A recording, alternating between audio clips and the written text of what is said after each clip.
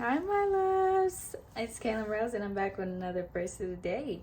So today's verse of the day is coming from Exodus chapter 20, verse 17. And it says, "You shall not covet your neighbor's wife, female or male servant, or ox or donkey, or anything that belongs to your neighbor."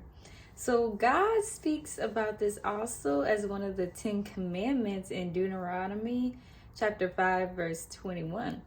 And God is emphasizing on this because envy starts in the heart. Covet means to yearn or desire what someone else's has.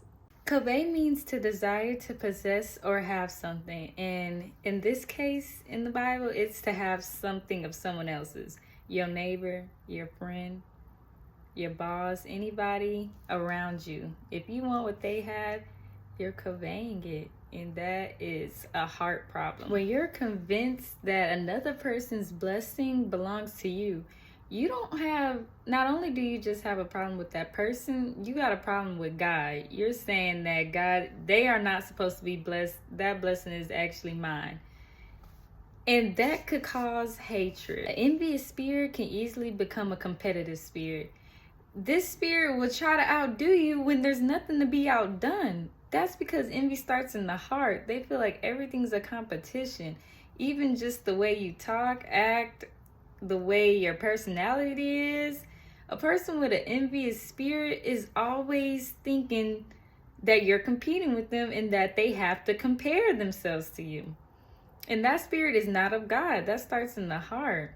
And so God warns against this because as we can see on Instagram, it's easy to covet. You see people's watch, their cars, their clothes, and you like, I have to have that. It's a problem if you got to walk in the store and everything you want is because you've seen what someone else has. That's the issue. If you can't have a mind of your own, a style of your own, it's because you're being introduced to coveting and thinking it's natural or normal. But covet and this spreads. It doesn't just stay at that celebrity or influencer's life you have. It begins to seep out into family, friends, the job. It could seep out everywhere. You casually just wanting whatever the next person has. The only solution to envy is God's grace, because it turns you from being self-centered into worshiping God. Not wanting what the next person has, but wanting what God has for you and being content with that. You may have to change your environment and what you look at all day. Because if it's your eyes that's causing you to fall into envy, then you need to change what you're looking at, your environment, who you follow. You need to monitor that closely if it's causing you to want everything the next person has. Because when envy's in the heart, you start to steal, kill, and murder to get what someone else's has.